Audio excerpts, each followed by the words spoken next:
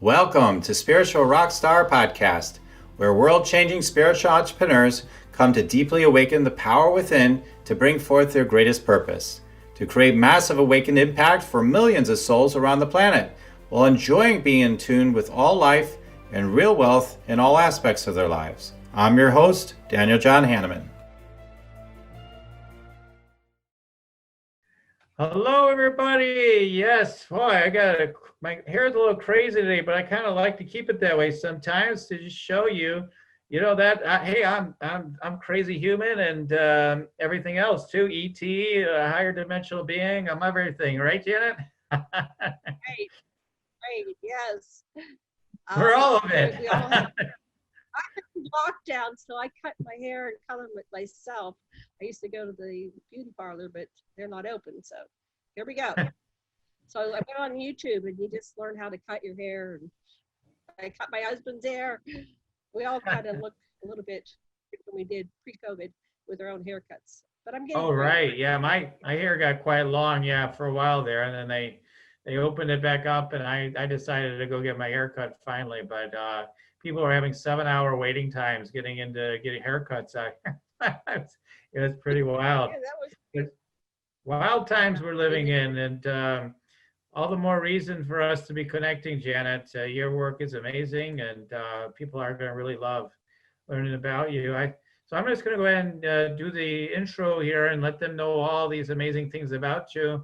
Now, Janet Kira Lessin is an author, a radio talk show host, a television personality, educator, experiencer, contactee, researcher, conference presenter, conference organizer, workshop leader, hypnotherapist, and counselor. She's been featured in Time and Der Spiegel and dozens of articles in newspapers, magazines, and online. She has been on Time Zone International, the Lisa Gibbons Show, Extra, Inside Edition, Talk or Walk, John Walsh Show, and she's been interviewed on dozens of radio shows and has interviewed and produced over 600 radio shows and counting. She broadcasts 6 to 7 days a week. She is just on it, bringing this information on Aquarian Radio Network. You can find her at www.aquarianradio.com, which she created with her husband, Dr. Sasha Alex Lessin. Oh, wow, I'd love to meet him too. And she and Dr. Sasha Lessin have written 10 books together and individually, and have several books in the works at all times. They present and teach on a wide variety of subjects, including Tantra, relationships, counseling, contactees, experiencers, UFOs, secret space program, paranormal, psychophenomena, extraterrestrials, aliens, interdimensional beings, all the cool stuff, ghosts, reincarnation, hypnotherapy at conferences, in Skype groups, etc., in all different medias, all different ways. And she works with those who channel, who engage in shamanic journey work, or who use tantric rituals to access the superconscious. She and her husband and their cats live and love in their paradise jungle retreat there in beautiful Maui, Hawaii, and I'm just so delighted to have you here. It's such a gift. Thank you for having me on. I feel honored for selecting me to come on your show. Yeah. So where do you want to start? Yeah, that's a fascinating question. They were here talking about spirituality, consciousness, enlightenment by interacting with extraterrestrial, interdimensionals, aliens, and angelic beings. And I was just telling Janet when she came on and said, well, I've been talking about this. I've been talking about the path of enlightenment, for example, through higher dimensional beings. And one of the things I don't talk about very, very little at this point in time is about all the other stuff, the interdimensionals, the aliens, the ETs, what have you. And so for me personally, that's a part I want to dive into. And I know I'm going to get the pronunciation wrong, but the Anunnaki or whatever, is another, we've had someone on that's really a lot of research into that and tuning into that and at one time, and so Stephen Machette, and so when I read his book, it just I was like I knew about those things, but just exploring it more in depth, it just kind of blows your mind to get that perspective. So maybe I'd like to start there. Tell us about more about that. Like, why is it that we're becoming more aware of so many of these things now? You could just say, "Oh, we're waking up" and all that sort of thing, but I like a deeper answer, maybe. But like, why is it that more and more things are coming to light now? At the same time, people are like, the dark energies are trying to suppress you, they're trying to hold you down, and and all that sort of thing at the same time. So maybe we could kind of start there and just kind of see where it goes from that place, just having a conversation. But yeah, so Jana, I mean, why is it more is coming to light, and at the same time the energies are like, no, we'll keep you down, kind of thing that's going on? What's your perspective on all that? Well, if you look at the Indian perspective about the yugas, like Kali yugas. So we've gone through the cycle of existence, the 26,000 year cycle within the 365,000 year cycle. So everything's moving through the galaxy, through the universe, and so we're coming to the black core. There's that whole explanation. I don't know if you've researched it or watched the YouTube. I've heard about it a That few times, but not researched it. Yeah. We have this polarity of existence, which is light, dark, good, evil, consciousness, unconscious. And so it seems like the polarity is at its extreme as we're getting to go. We're going into the Aquarian age, the Right. new age, the new dawn, the new energy, the new system, the new, in terms of computer, like the new operating system, the new design. And so the dark is getting darker and the light is getting lighter. And we have the internet, and the internet has taken us from reading books and watching 3 channels on TV to, so much information that you as the observer, participant in existence, you have to choose. And so how do you choose? So you sit there in your computer, they have these bots and algorithms, and they based on your lights, and you start getting YouTubes at your advertisements. Everything is coming to you in this new world of AI. But what's artificial about it? We created it, right? It's part of us. It's an extension of us. It's like, like eyeglasses, that's an extension of you. It's just an extension of you. And part of it is because we have this desire to wake up and get conscious. We come into here, in terms of Tantra, we come into the body, and we are born, we agree to go unconscious, we agree to have amnesia so we can experience it. It's like going into a movie. If you go into a movie and you know the end, you're not going to enjoy it. So we're in the journey. And we're discovering it, and we're learning and growing and evolving. And some of us are young souls, and some of us are ancient souls, and we're Buddhists, and we're Christ consciousness, and we're, just a newborn soul. We're coming here, and we're all here to learn and grow and evolve and become conscious, and hopefully we get into becoming a level 1 or higher civilization. Right now we're level 0. We're very barbaric. We kill each other. And that's like the darkest part of existence, because most species in the galaxy and the universe, they're conscious. It's really hard for them to kill somebody else because they feel them. But we're in these skin encapsulated self-sense. We have thick skins. We feel separate from the apparent other. Other species are totally telepathic, that when they go into the room, they merge spiritually. They feel each other. So it's really hard for them to kill each other. So the experiment was to come in and become so dark, dense into 3D physicality, and learn how to, we could kill. We felt separate enough to first be self, and it's like, well, I don't like you, and then they fight against you, and then they war against you, and then they murder you. I mean, it's really hard for most humans to go and physically kill another person. But we're getting so desensitized that we see people walking down the street with guns and just shooting people in America. So we've reached this obscenity. The polarity has become obscene, and the planet is reacting. We have half of our continent on fire. Yeah. I mean, it's very sad. It is. Yeah. It is. It is very sad. And hopefully we'll make it, because it's kind of shitting about hot time. And that's what people are talking about. They're saying, wow, it was pretty dark back in the 60s, 70s, 80s, 90s, but now It's like the darkest. It's probably what my parents felt. My dad was in World War II. He was first in, last out. And when I was a little girl, he couldn't talk to anybody. And he would talk to me because I was his youngest. And he would share. And he was just, he had PTSD. He was traumatized.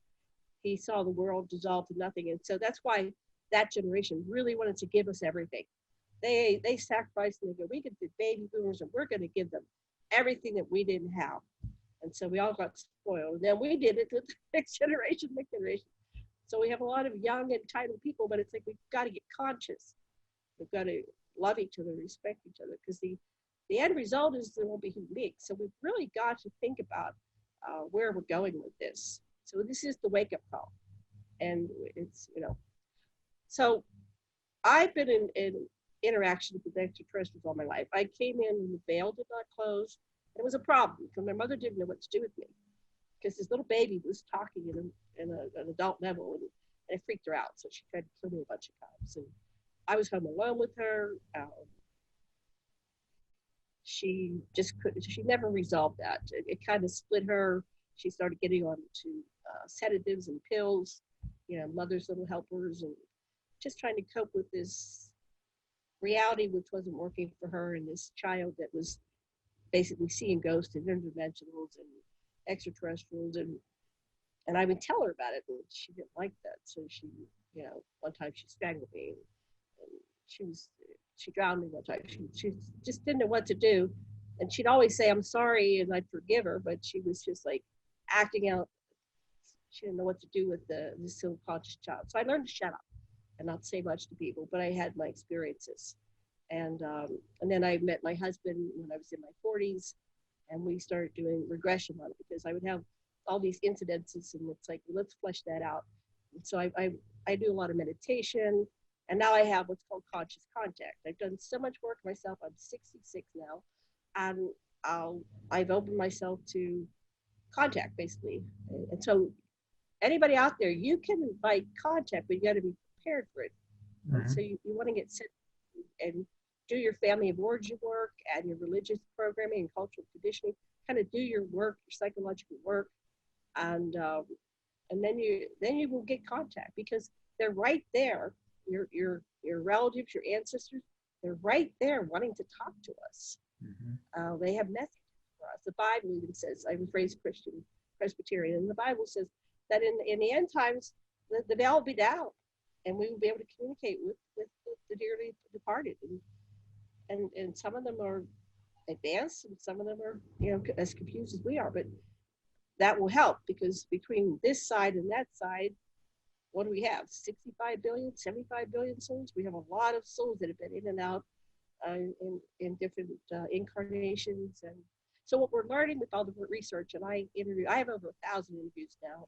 Plus I've worked with clients for 20, 30 years. My husband's 80 years old, turned 80 July 9th. Tessa's birthday is 8. Yeah, so they're very similar. And he's an idiot savant. My husband's a genius. And we'll have him on with the Anunnaki stuff for you. I mean, I am his second and I work under him, but he's like, he can just, he's a professor. He's a professional educator, and he's a psychotherapist, and he's an anthropologist. So we'll have him on. Okay. So the Anunnaki, you asked about the Anunnaki. They came through here 450,000 years ago. Both Sasha and I studied with Zechariah Sitchin. He never got his doctorate. He was Zechariah Sitchin, who did the 12th planet. And then his information correlates with all these little jigs and Noah Kramer. And so people go, oh, it's Sitchin, we just proved it. No. It's just Sitchin's one of many researchers. There's the University of Pennsylvania, there's Chicago. There's all these places that have a lot of the sides of buildings and big statues and cuneiforms. So there's research going on everywhere.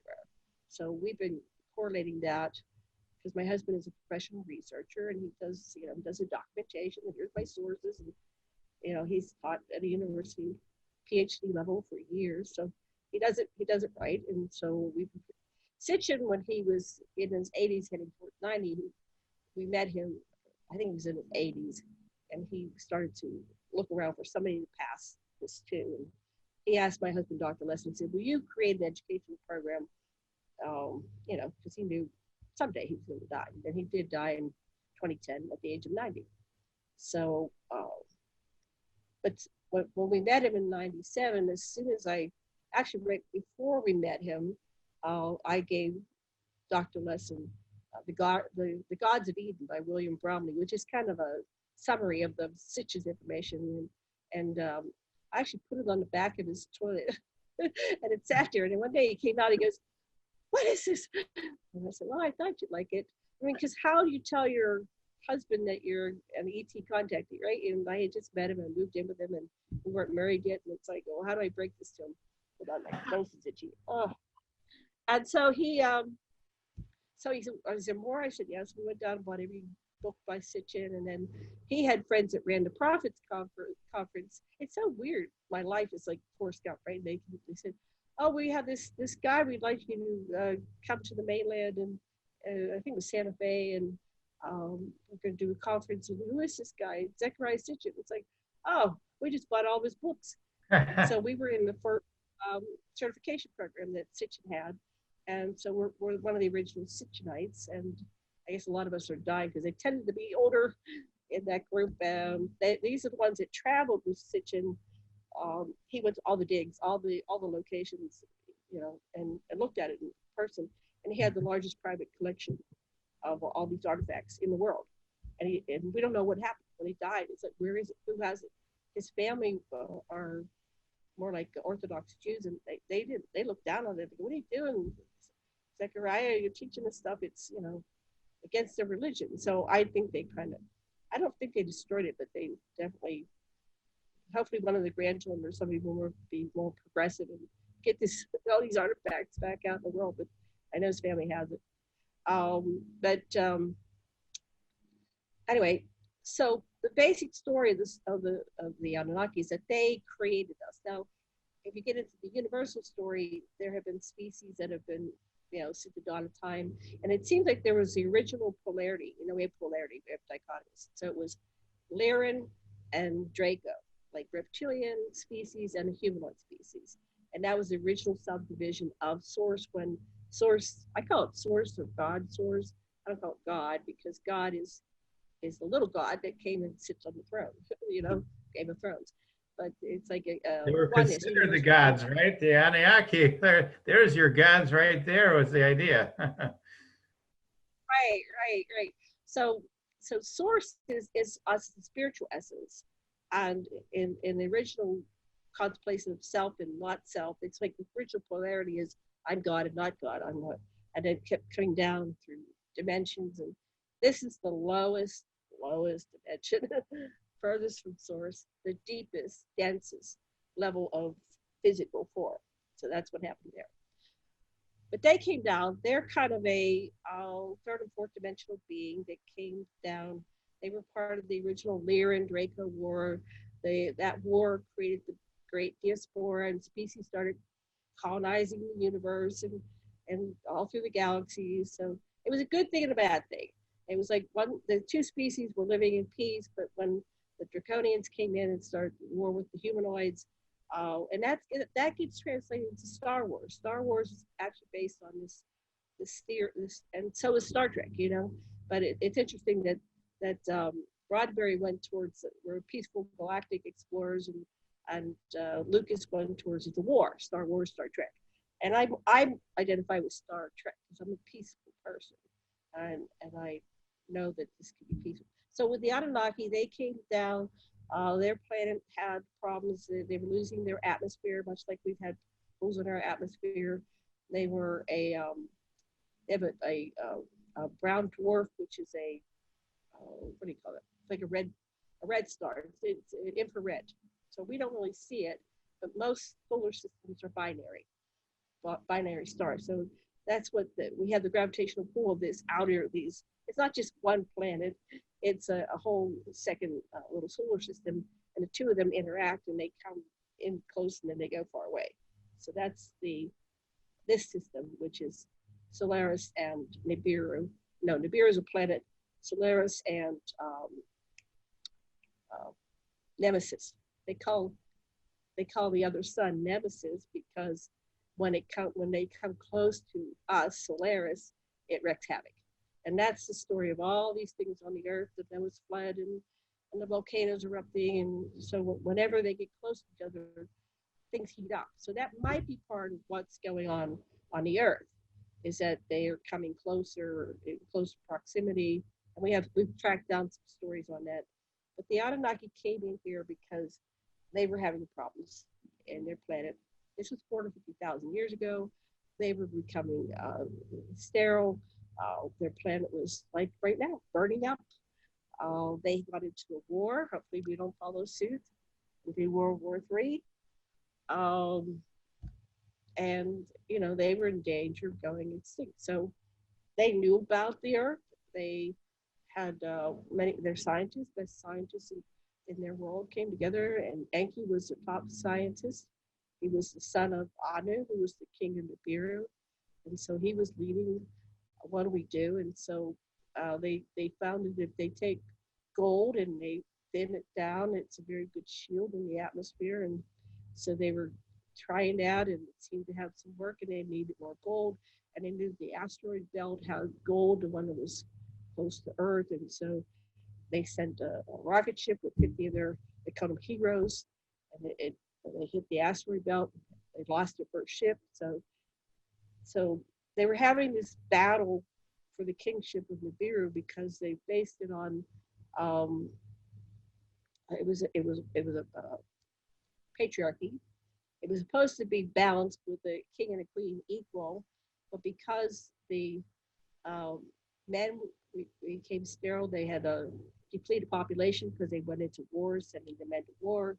And so each man had to have more than one wife, right? More than a bunch of concubines.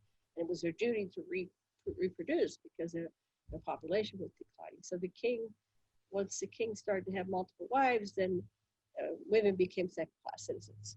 And so they had the first wife, and the children of the first wife were the heir to the throne. So that's how we got into this mess. We used to be balanced, and now we're in this patriarchy, and that means we're out of balance in our inner and outer masculine and feminine, and that's a war within ourselves and a war within our society. One of the major causes of war in humanity. So anyway, they got into this battle because there were two that were showing up that I have the right to be the king. And so what they did was they wrestled. They literally got naked, no weapons, and the best man made the best man win. And so anyway, in order to compromise, Anu said, okay, why don't our two children marry, and then we will both rule through the grandchildren, right? It will be both our bloods. So that will balance it. And in the meanwhile, Anu decided to be Alalu's cupbearer, which was some kind of, I guess you have the right to taste the food. So if they're going to poison the king, you know, it was an honor. I'm your food, I'm your cupbearer, I'm your food taster. And that went on for a while, but then there was another challenge, and then so Alalu got arrested, taken away, and he escaped. And they had these ships, and they had nuclear weapons that they stored from their wars, just like we probably have nukes stored. And Alalu got to a ship, and he loaded the nuclear weapons, and he went through the asteroid belt, blasting his way through with nukes. Now the extraterrestrials, all the extraterrestrials in existence don't like nukes because nukes affect the entire continuum. We think it's separate, but it's all connected through a grid. And it's on the Earth has a grid, and the Earth grid connects with the grid of existence. So anyway, that's why they started paying attention, because these crazy humanoids are using weapons, right, of mass destruction. So he gets to Earth, and he radios back by communication and says, I'm here, there's gold. And because Enki was his son-in-law, Enki married Kira, and their children are supposed to be the future heirs. Enki told his dad, Anu, I'll go, and I'll see if I can make peace, because Alalu was threatening to nuke Nibiru when she came in. So next time you come through, I'm going to blast you out of space. So he went over there, And Alalu was by himself, making like 50 of his best men to set up a colony. And it was all men, all men. And anyway, they made peace and they started to colonize the earth. And it's a long story. I mean, it goes on Yeah, for it more than is. 56 years. We could go on and on. This is a We could long, go on the whole show. but I But mean, the important thing is, at some point, go ahead. well, I Go was just ahead. going to say, Go I ahead, mean, Ashley. I think it's what was part of what was big to me and researching it was that just that like what most people don't know about, that's just a basic fact, is when you read the Bible coming from Sumerian, actually came from Sumerian texts, right? So, you tell me, but came from Sumerian texts, which are describing the Anunnaki. They're talking about the Anunnaki, and that's the God we're being told about in the Bible. I mean, in the Old Testament for sure. So, I mean, that's what people don't have no clue about, and I'm sure a lot of people will never want to believe. But it seems crystal clear to me intuitively and otherwise, and it's important for us to understand that we were created as from what I understand from all that, is a slave race, basically. I mean, worker race. Okay, and that we went through different iterations. That we were at a lower form, and then they decided to jazz us up by inbreeding with or breeding with us, basically, right? So we're half them, half this humanoid or whatever, and then we're going around. We've got that continues to have an influence on our beingness, that, and then that gets in a big discussion about DNA strands and all that stuff. But I mean, I think it's really important to research these things to understand, well, where did you come from? I mean, where did you come from? I mean, what is influence? I mean, we can all say, oh, we come from source, but like, what influences do we have in our energy? And then Right. I think about that, and I think about so many questions. I probably ask too many at once, but I'm like, and then the idea that the Anunnaki might be coming back, that's fascinating to me. Or They maybe never they're here left. already. We don't know. I'd love to Yeah, they hear your never left. perspective. Yeah, they never left. So they created human beings because they needed workers. They were mining the gold. It was these are all kind of royals, and they didn't want to be down in the mines. So they had the ability to make these worker beings, and so they used their DNA and our DNA. And Nema is the precursor to the word mama, but she's actually a precursor from Mary. So she's the sacred mother. And she was a geneticist. She wasn't just a womb, she was a geneticist. So it was Nema and Enki and Nagashita, which was one of Enki's sons. And they were very high geniuses, and they were trying to figure it out. And they kept making all these generations, and they weren't working. That's why you see the minotaurs and centaurs. They were playing with all kinds of species, just like our geneticists are doing now. They're probably making monkey dogs, whatever. We don't know what's really happening on the lab. And so they wanted to have a species that was smart enough to take commands and do things, but not so smart that they would take over. So that was why the different variations. So the first generation, they were able to get them working, but at some point they just kind of rebelled by going off in the forest. They just walked away. They didn't want to be slaves. Oh, this is fun. So they were more, it's like trying to train your dog to do the same thing every day, and the dog just said, "Screw this, and I'm going to go out in the jungle." So they had to do a further breeding program. So Enki actually went and found two of the most loving ones and took them to his lab, and he had intercourse with them. He had intercourse with both of them. They got pregnant. One gave birth to a boy, one gave birth to a girl. That's our second Adam and Eve. The first Adam and Eve was story one, and that Adam and Eve lived to be about 900. And the second one was really exalted and given a space of honor. But what they decided, they weren't going to give him physical immortality. So our genes have been messed with, and our life expectancy was around 1,000, and now we have it down to 120 years, and that's in the Bible. Man has given them, so I don't know many people live to 120 even. So at some point, the Illuminati or the Anunnaki or the powers that be, they've made these decisions. And so the delusion is, or we think that they were just a slave, but we're still slaves, right? Right. Because they're slaves doing their bookkeeping, and they were smart enough to, run the cities and be executives, and nothing's changed. We're still slaves. We have this society where we get up and we work 40 hours a week, or we're not a good human being, we're lazy, we get judged and we're stupid. Anyway, so they're still in charge. They never left. Right. They had a big battle. Marduk was given rulership of the earth. Marduk sided with the earthlings. He had an earthling wife. His children are half earthlings. And he's probably behind the British royals and all the royals. If you track the royals down, the royals, if you go into their genealogy, and Sir Lawrence Gardner got access to their libraries. I talked to one of the royals. She has a huge library like under the ground in her castle in the UK, and during the Crusades they were going and they were taking all these things, like all the artifacts, and that was the backstory of the Crusades. But the Crusades was about gathering all this information and hoarding it, keeping it from humanity, and presenting a variation of what they want us to believe.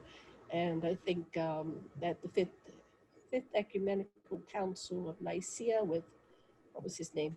Anyway, they took the Bible, which was an encyclopedia of books, and they decided this is what we're going to have, the history of humanity, that we're going to start teaching in the schools, and we'll introduce it as religions. And so religions were created, and I'm going to offend a lot of people, but to divide and conquer humanity, to keep us controlled. Because during the Battle of Troy, the gods were actually fighting alongside the humans, and Inanna got wounded, and I think they cut off her arm. But they can, the Anunnaki can restore an arm, they can restore a head, so they just fixed her up. But the humans say, oh, they can be killed, they can bleed, so they had to start getting smarter, and so they built the ziggurats, which God was up on the top of the mountains, right? And then the priest, only what was his name? Who went to Mount Sinai? Moses. Only Moses can come up to the mountain and talk to God. Right. And so they started separating it and then they started wearing masks, the ibis mask of Thoth. He's really an Anunnaki, but they have these wolf masks. You see all through the Egyptian. So they started creating a mystique and a religion. Because originally the gods didn't want to be worshipped, but it was like a protection mechanism. We've got to keep ourselves separate because these humans can breed, for them, in a couple of days we've made millions, because their year is 3,600 years. It's 1 year for an Anunnaki. That's a cycle, and ours is 365 days. So in one day we could have millions of humans born, and they only had 1,000. They couldn't breed as fast. They could have children, but most of them were sterile. And that's why actually they needed human beings, because they don't have a viable enough force to really last forever, right? Even they will die eventually. Something will happen. I think they live millions of years, but they still die sometimes. So we saved them and they saved us, really. And we are their children. We are Anunnaki. But Anunnaki just means Anu, who's the god. Those who came down from Nibiru, from Anu's people who came from Nibiru, who ended up on Ki, which is Earth. The original name for Earth is Ki. And Earth is named after Ea, which was EA, and we are EARTH. So this is all the correlations. You can break things down. So here we are, and we're going, wow, we think that we're, Democrats, Republicans, Americans, Russians, but all these subdivisions were part of divide and conquer, and to keep us battled, so we never piece it all together, and we're controlled. We are a highly controlled species. Yeah. I agree with that. I mean, and people are waking up the pieces of all this stuff, right? So I mean, that's what I feel like. This information is important because we still have, from my perspective, still have the strand of being connected with the infinite, and we have an ability to shift, or we don't, but like I feel totally. So I love your perspective on that. So now that we laid some groundwork for, I feel like we're just getting Great. started. We laid some groundwork, like now that people are maybe waking up to what we're talking about here, and even if they don't follow the whole story because maybe they haven't heard it before, but given that that's true, and people are saying this is the mass awakening, now's the time, and all this stuff, um, what what is it that we can do in order to evolve, specifically too, and what we mentioned up in the front, like connecting with all these beings. We certainly can't get into all that in one show, but starting to make these connections, and so that we can evolve. Is it an evolution of our beingness, and therefore our energetic structure, our DNA, and all of that? Or what is it from your perspective? I'm curious what your perspective is about the process that wants to kind of unfold that would better us in our evolution. Yeah, it's a good long question. Yeah, I know. I was like, wow, okay, I gotta unpack that. Yeah. Okay, what is it? And what is going on from? I got confused what you're asking. Oh, sorry. So I mean, what I think called is to I do want to here? reconnect with creation. So I studied Tantra Mm-hmm. and psychotherapy, and I went in the inward journey because I had all the outward stimulus, interactions with ETs and ghosts and everything, and I found a shaman who I ended up marrying, my husband. And I looked back, I go, why didn't you run away? And he said, no, you were just amazing. And so, I came in conscious. I had all this information, but I had to do the work on it. So what I said at the beginning, I recommend that very few people can, I would say nobody can really do it yourself. We need to have people be objective about our experience without being judgmental or critical. So you have someone that holds space to witness you, and you go inward and you uncover the mystery of yourself, and you recover the lost parts of your soul, because we come in and we're traumatized. Most people are traumatized. Very few families are really high functioning. A lot of dysfunctional family, a lot of drugs and alcohol and sexual abuse, and all kinds of things are happening to split us and polarize us, fracture us, and we don't even know who we are. We just think the label that's been put on us, we're black, white, yellow, pink, orange, we're male, female, we're gay, we're straight, we all have to buy a label, and then that just keeps us from connecting with each other and connecting with source and universal consciousness. So for me, it was a journey into consciousness. How do I become aware of who I am? And so I met this wonderful Jungian therapist, my husband, and he studied directly with Helen Sidger Stone, and Hal Stone was Carl Jung's protege. So we went through all these intensive workshops and did a lot of work on ourselves. And it's a process called voice dialogue, where you identify your subpersonalities, which is, you have your inner mother, inner father, inner child, inner worker, inner lazy person, and you break yourself down into these parts of yourself, and when they came into your awareness. Anyway, I've done hundreds and thousands of sessions on my own, myself, and then I went into facilitating people in therapy. So for the first 20 years, we had a big psychotherapy business with a tantric overlay, which works on the chakra systems. So it's more than traditional psychotherapy, because that's the American Medical Association. And the American Medical Association doesn't really want you to get conscious. They want you to take a pill, right. Medicate that. And so we're in the process of, it's shamanism, it's breath work, it's opening up, expansiveness, and you can actually learn how to go. And I've always gone out of body. So you're doing remote viewing, you're doing out of body travel, you can travel through the cosmos. So people can learn how to do that. And then you start getting the awareness of what really is the true nature of existence. And it's way beyond this little globe that we're living on. So that's one way you can connect it. And I can't say tell everybody their personal path. That's something you need to look in. But the one basic download I've gotten recently, because things have gotten so cruel, is put a filter on. Is that kind? Is that loving?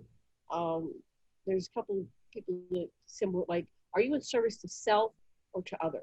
So apparently, in order to ascend and go to heaven, so to speak, however you symbol it, you need to be 51% or more in service to other.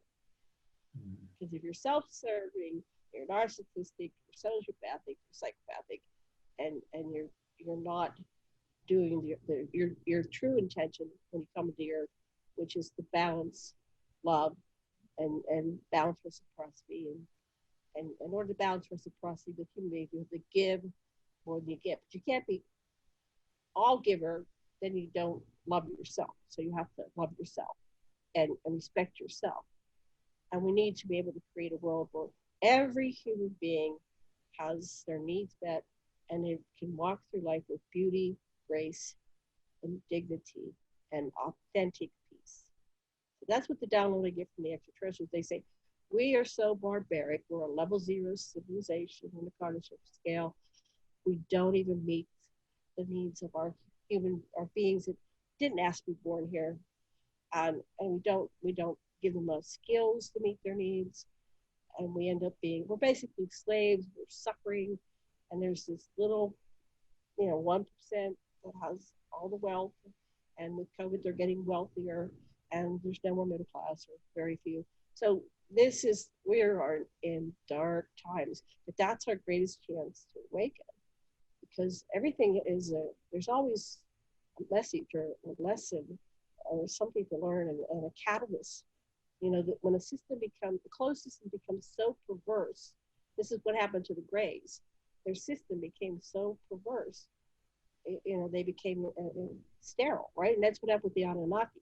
We see all these species that when their system is perverse, then what happens in the perverse system is that we get an outside perturbation. So we symbol it as, Nibiru's coming in, or a perturbation perhaps is COVID. And I'm not sure where it came from. It might be, it probably is a self-defense mechanism of the planet Earth herself. Because if we're going to overwhelm and destroy all the species, as we've opened up the Arctic, because it's all the ice is melting, and we burned Brazil and all the trees. There was a biochemical warfare with the Anunnaki, and it settled into the soils, under the ice. So we're unleashing it, and it's probably saying the planet's overpopulated, or at least we're not conscious. I mean, I think the planet, if there was an analysis, like how many species can be in this biosphere, this ecosystem, we could do it consciously, but we're unconscious. We're just like, we're narcissistic. We don't care. We don't care if we make plastic and throw it in the ocean.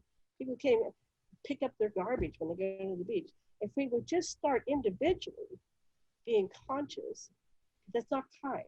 It's not kind to do that to me. I live here in Maui, and the poor sea turtles have huge cancer sores on them now, and the animals go up and they die, and then they open them and they're full of plastic. That's not kind. We're very unconscious species. So where do we start? We start with yourself. And how can we do this? We don't even have a recycling system. All of our garbage was going to China, and they stopped taking our barges. I mean, we're thinking, we're in this delusion that, we're good people, we're recycling, we're separating our garbage.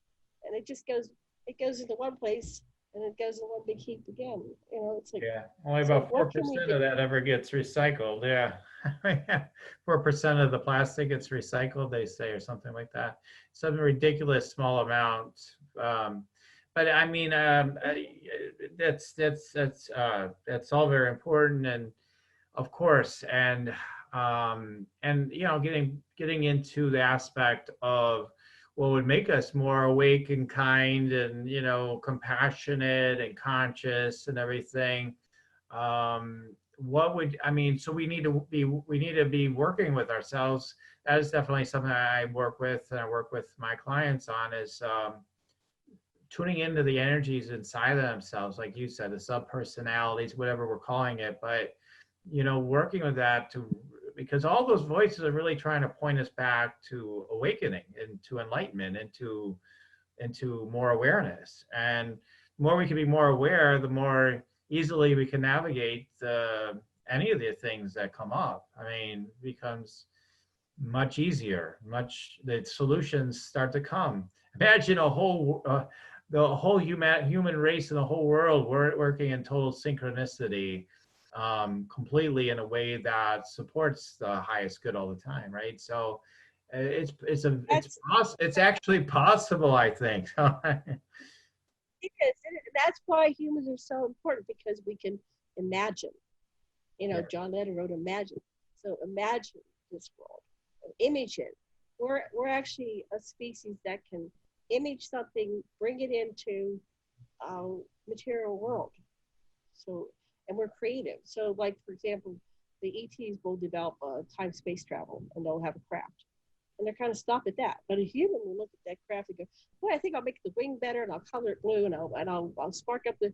So that's why we're so valuable, because we have the secret space program, and humans are recruited because we're wonderful engineers and architects, and we have these skills, which is part of our design, and we are the sum total. Before the humanoids, the Homo erectus, there were humanoid species on the Earth. So there's a terraforming program of putting different species on different planets and then seeing how they grow in the environment. And then there's a whole bunch of space scientists, and they check on their terraforming progress, and they we'll introduce this, and we'll do that. And so that's why you see these extreme differences when we had the different periods where we had the dinosaurs and this and that. So this was a fine tuning of the universe, and then the Anunnaki came in the unconscious level, thinking they're doing things for their own needs. But what we find in the Anunnaki story is, no, they were actually kind of manipulated to come to Earth to do this intervention, because the Galzu, which is another species, they have the Anunnaki, and the Galzu, which are more higher connected to source, and they have awareness. The Anunnaki level is the unconscious level, but the awareness level of higher beings have been kind of like the Q, think of the Q.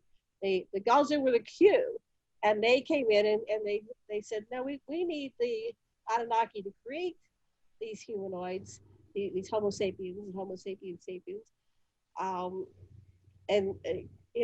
because we need to evolve consciousness in the whole existence, because there was an unconscious part that was still having the Star Wars, Star Trek stuff going on, right? There were still these battles between the Draconians and all these other subspecies, the Orions and Pleiadians and the Reptoids, and there's all these Alpha Centauri and all these names of different species, and they exist. And many of them are visiting here, and so consciousness. And the key is, and I kept asking, and I have interaction with them all the time. I go until I get the download, and it's very simple. Be kind. Is that kind or not kind? So when you become conscious, and you start, like Mary Ann Williamson said in the Course in Miracles, that my mission, my mission is the people in my address book, right? So your friends, you start with your friends, and you learn how to be kind, and they will give you feedback. You'll get an attraction or repulsion. If you're kind, loving, you'll get positive feedback. So everybody's a biofeedback system to yourself, so you can see how you're doing in the world. You can ask people, if you have more conscious people in your life, how am I doing? Am I being a nice person today? Because we don't know. We go unconscious, and we do unconscious things, and we're not kind. And if you're around children, they'll be kind of blunt with you, right? That wasn't nice, Daddy. And my cat go, so you kind of get the feedback from your universe. But yeah, I definitely get it from my family. Yeah. Yeah, I definitely get it. Right, you're tense, you're crabby, you're not yourself, whatever they say. And my reflex, my defensive mechanism is, no, I'm fine. It's like, oh, wait a minute, okay, maybe I'm not. Maybe I'm a little off right now. So yeah, I think that totally feedback. If we'll listen, and not fight it. That's, I think, a big thing is we get reactive and we're fighting everything. It's like, okay, just slow down, just listen to the feedback you're getting. You'll come right back to center. Everybody will be happier. You'll be happier. They'll be happy. Everybody will be happier. It's coming. Just listen deeply. Come back to center. Better. Sorry, I went. Sorry. I said, yeah, I went unconscious. You know, I'm human. What can I do to make your life better? And like you said, if we go, we pick up our own garbage and we clean up our own messes within our world, immediate world, and then with our coworkers and our family and our community. So, so that's what I've been doing with myself, because there's always that knee-jerk reaction. You projection. You did this. You were wrong. It's like, how can I do that differently? Can I try different? And I've really, that's been my practice with COVID, is how can I do it nicer with everybody? And so that's my mission. Yeah, I wanted to ask you. So so you're connecting with the extraterrestrials, interdimensionals, aliens, angelic beings, etc. Like, so you're constantly. Well, it sounds like your whole life, to some degree, you're constantly connecting and weaving with these beings. Is that a big part of our evolution, you believe, then? Yeah, Whitney Strieber wrote a book to community back in the 80s, and that was kind of, there was Betty and Barney Hill, and then Whitney Strieber came along, and we started waking up to the awareness of things that were going along, were happening for a lot of people, but it wasn't expressed. So then became accepted, and then Roswell investigation came out in I guess it was in the mid to late 90s. There were a series of books, and then we started becoming aware of all this information. But a lot of us have been having contact for years, including my grandmother, my father's mother. In 1964, she died, but right before that, she sat the grandchildren down and she told us about an alien encounter she had. And I'm piecing it together now with what I know. She was a contactee, and they had taken her up board on ship. And then she said that her younger brother was in World War II, and he engaged with the Foo Fighters. So he had contact. So they tend to contact families, and I've been piecing that together. And I never had children, but I have, my brothers has children, grandchildren, great-grandchildren. So I've got to do some more research on my personal line. But I lived in a house that was a portal. So there was a lot of paranormal activity in my house. And I have an older brother and sister. So we're starting to share more about what happened in our town, in our house, which was a portal, in our town, which was it was a hot spot. It was a UFOs. We were living in a town called Avalon, which was a suburb of Pittsburgh, Pennsylvania. And I would be going down the street, and there were all these orbs. And one time I came home, and I was going to go up the stairs and go to bed, and I felt something, and I turned around, and there was a giant cigar-shaped craft, and they're looking at me, and I can see them. They're tree height, looking very far up. It was a pretty large craft, but everything stopped. There were crickets going. It was August, right? And crickets really went off, and all of a sudden it was silence. And I lived on a street that had, I've always had traffic. About every 5 minutes there was traffic, no traffic, and I sat there and had this telepathic communication for like 15, 20 minutes. To the point I finally said, well, thanks, guys. I'm going to go to bed. I'm tired. I'm going to go in and get. And it was getting chilly too. Around 10 o'clock, it started getting cold, and I was supposed to be in. I'm a 12-year-old kid, right? It's like I got to go in. But I think they turn off the parents, so they didn't say anything. Nobody noticed, and that's what happened. So I had my first big. Well, I had contact since the beginning, and when I was 18 months old, they said, we've got to kind of shut her down, because I was getting in trouble with my mother. My mother was just acting out, and she thought, she was very Christian. She said, I gave birth to the demon seed, right? She probably would have killed me if we kept going this way. So they turned me off, so we stopped talking to her at an advanced level, and so they babbled me personally, and they all came to me. One night they just came to me, and they kind of did what's compulsion, where they look in your eyes, and they came one after the other, looked in my eyes, and they're saying goodbye. And then the last one said, well, okay, now it's time to go be human. And I was crying, because it was just so beautiful seeing all these So there's many variations on the themes of how a being can look that you can imagine, and then some. You know, some of them have animal features, and we might call them dog, cat, you know, whatever.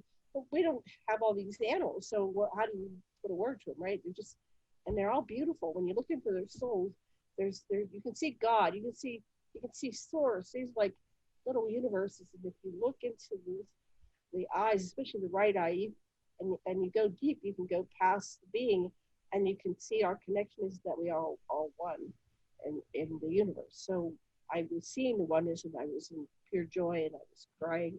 And then they said, time to go be human.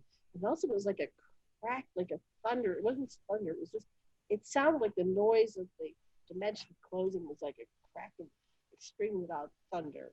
And I started crying because that was the feeling of being disconnected from everything is so painful. And they had to do it abruptly. It's like they just, and they shut me off. But I still had the thoughts. I was thinking like an adult, like a eternal being, and I still had the thoughts. But then when I tried, my mother came in the room because I was crying. I was just a baby, 18 months old, and she tries to comfort me, and I tried to talk to her, and I was normally talking in advance of it, and all of a sudden it was just garbled. It was just coming up garbled. So they somehow, there's a part of your brain that when you have a stroke that you think you're saying the right thing, but the words come out garbled. That's what they did to me. They activated that part. So, you know, I finally regulated and I start speaking at the rate that an 18-month-old or 2-year-old should be. But so they took me from my advanced level and they dumbed it down in that way, and then I had to adjust to being human. So, but when I was 4, you know, it's hard being disconnected from source, being aware that there is source, and it's just an illusion you're disconnected because we're always connected. But when I was 4, they basically teleported me. There was no beaming and no transition. It was just I was out in the side yard. I was singing songs to God. Somebody told me about the concept of gods, and I thought it was a good idea. So I started singing songs to God, and I was picking buttercups, and I said, I'll take this into my mother. And I was just full of love, just full of love. I'm 4 years old, right? And I started to go in the house, and then they teleport me on board a ship, and they take me to a theater. So they're trying to give me human constructs because a lot of the ships aren't really solid form all the time. They materialize. They go into the form they need for the moment. They can rearrange the molecular structure of whatever, you know, space station or a ship or wherever they want. They can do that with their minds. They're so advanced. So I'm on board the ship, and they have created this design of a theater for my comfort. So everything's for my comfort. And so they treat me like royalty. Welcome back. So when I'm there, I'm in my eternal mindset. I know everything about the I'm not in the amnesia anymore, so I'm there. But they wanted to show me something. So they sat me down in the middle of this theater they created, and they had a screen, but the information they were giving me was more, you know, mind-boggling because it was beyond the mind. It was like every sense. So they're showing me on the screen the side of the Earth, and it explodes into molecular structure. It's like this is the future potential of this planet. And so they gave me 24 variations. One was total destruction and annihilation, and the other end of the continuum was utopia, but everything in between. And as they're showing me something on there, they're showing in my mind animals burning up, and, you know, volcanoes erupting. So, and then eventually got less destruction and more life, more green, all the way over to utopian realities where it was just total Om Namah Shivaya, oneness with the source. And then they stopped with the images, and I was just total overwhelmed with tears. And they said, which reality do you want to be in?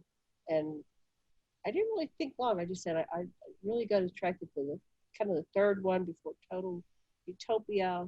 And I think that would be enough for us to do, because if it was just all utopia, there wouldn't be anything left to do. And I said, humanity needs things to do, right? Because we're in a 3D form. We need things to do. So they returned me, and I understood that I was on that timeline. And I thought that I was crazy until I talked to Craig Capobasso from Australia. He said, oh, they showed me 24 timelines too. So it took me 40 years to find somebody else. They said, oh yeah, that's what they showed me. And they made me think that I was the chooser for all of existence. I go, wait, I won't buy the ego stuff. I go, no, I can't be. Yeah, okay. So but I kind of understand it, because at the top, you and I are one being. We're having one lifetime that we think it's separate. So that was an explanation for one of the experiences. I go, yeah, that's it. This is all one life. And that's why we have to feel each other, because we're hurting ourselves. How can we hurt ourselves? How can it's just absurd. It's so illogical to do all the stuff we're doing. So when we wake up, it'll be like the Wizard of Oz and the veil coming down, and it'll be like, remember I don't know how old you are, but when the wall came down with the Berlin Wall, and it was there one day, and it was that reality, and then it was over. And then for years after that, I would get clients who were processing what it was like being trapped behind the Berlin Wall. And so that's what it's like. We're trapped behind the Berlin Wall, and we're so unconscious, and we're doing such unkind things. But I think this could happen overnight, and that's why these shows are important.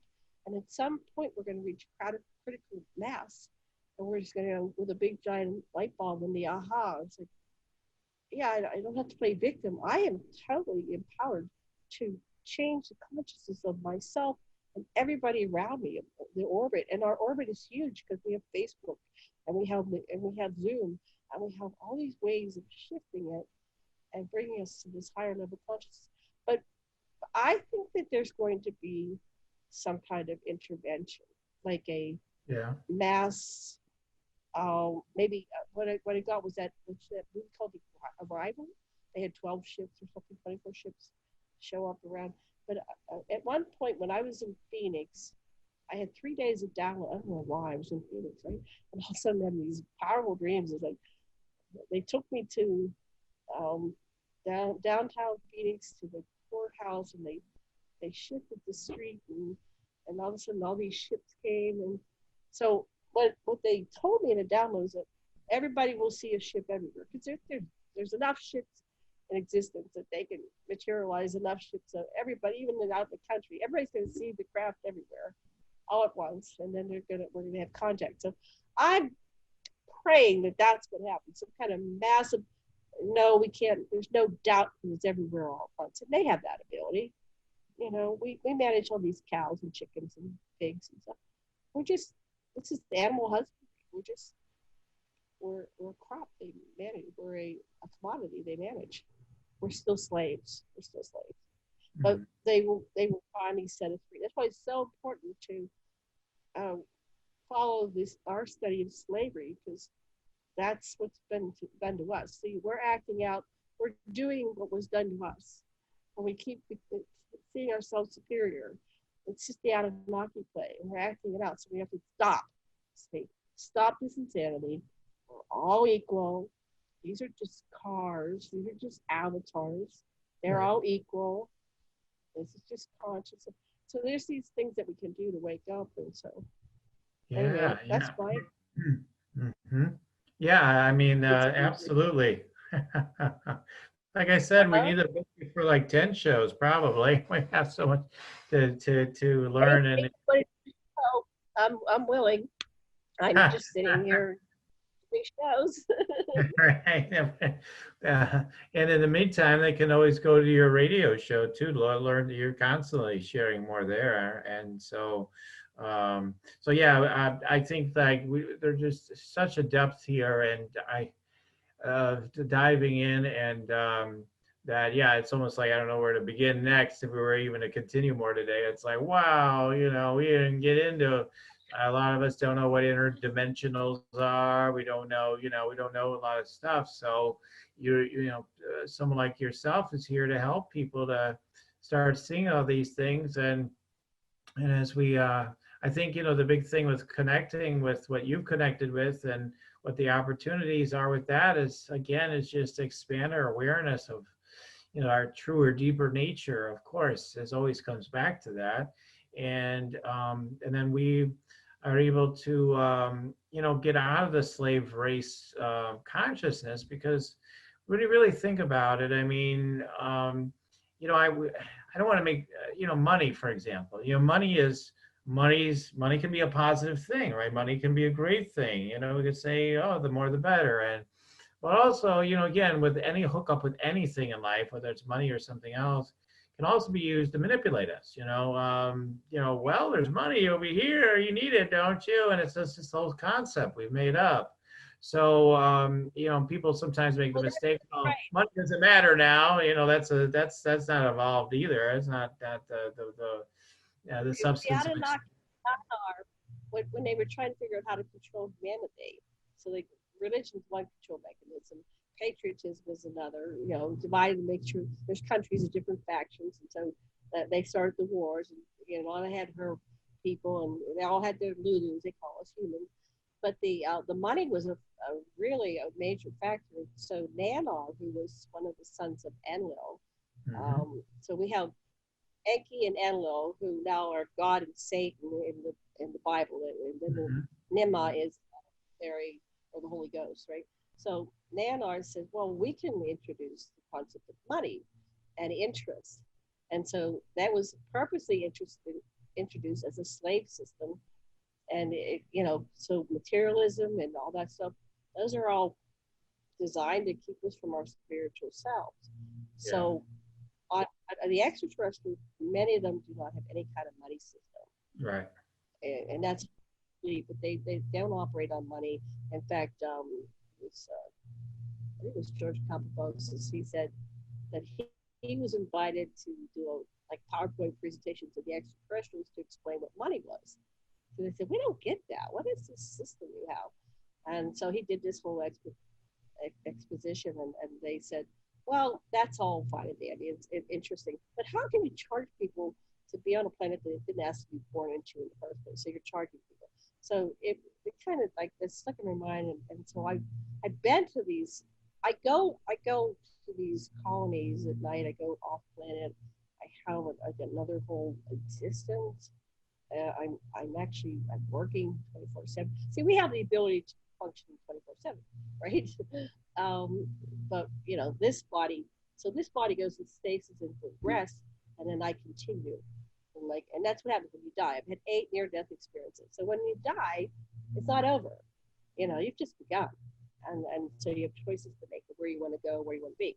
So, of all the places to be, I'm here. So I'm choosing to be here. Right. I'm 66. A lot of my friends are gone, and we have our exit and entry points.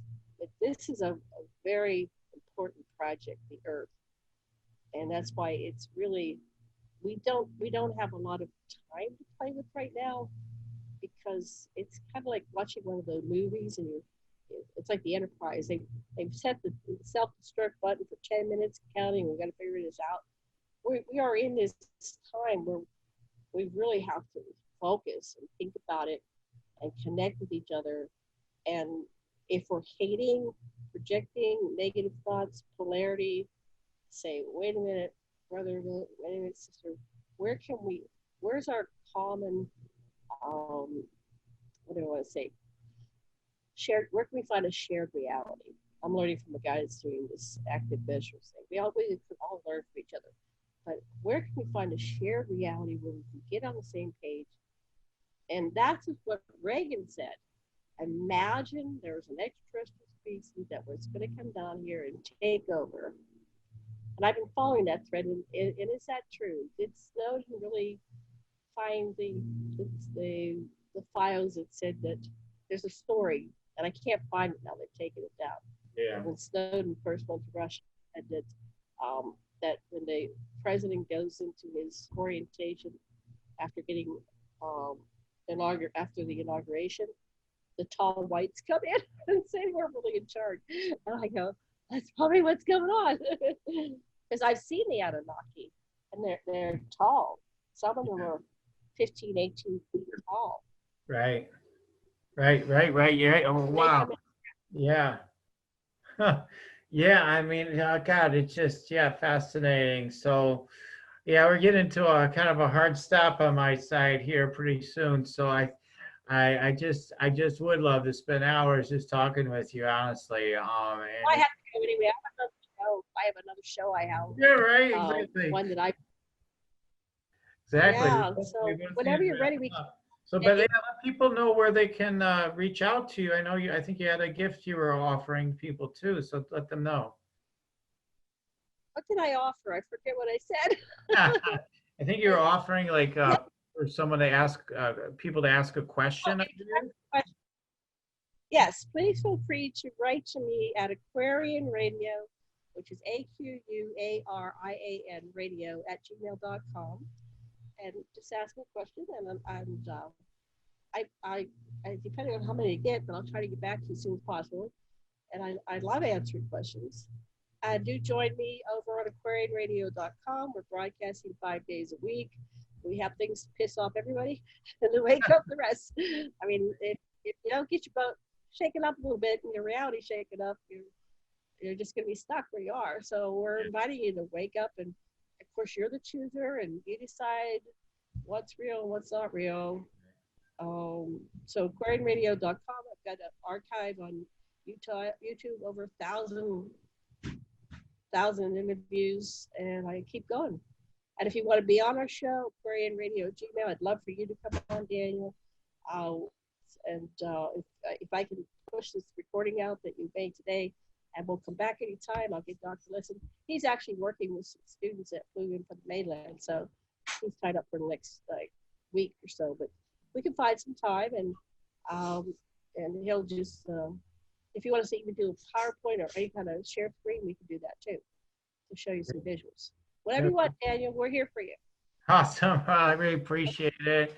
We're just going to kind of, I think, wrap up for the moment right now, and definitely follow up with Janet, and continue to follow her if you want, feel that calling and that desire. And yeah, I'm just grateful. I just want to thank you, and I just want you to know I see you, and I look forward to continuing to play together with you going forward. So thank you again so much, Janet, for being on today. Thank you so much. Aloha and namaste. Okay, aloha, namaste. Okay, everybody keep on tuning in. We'll keep on rocking it here at Spiritual Rockstar Podcast. Goodbye for now. Bye-bye. You're listening to Spiritual Rockstar Podcast. Stay tuned for our next upcoming new episodes each Wednesday and Saturday. Please be sure to subscribe, rate, and review to help us to serve you best. As a reminder, you can get your free Meditate and Make Money meditation at www.yoursacredpurpose.com to rock your sacred purpose. Goodbye for now, everybody.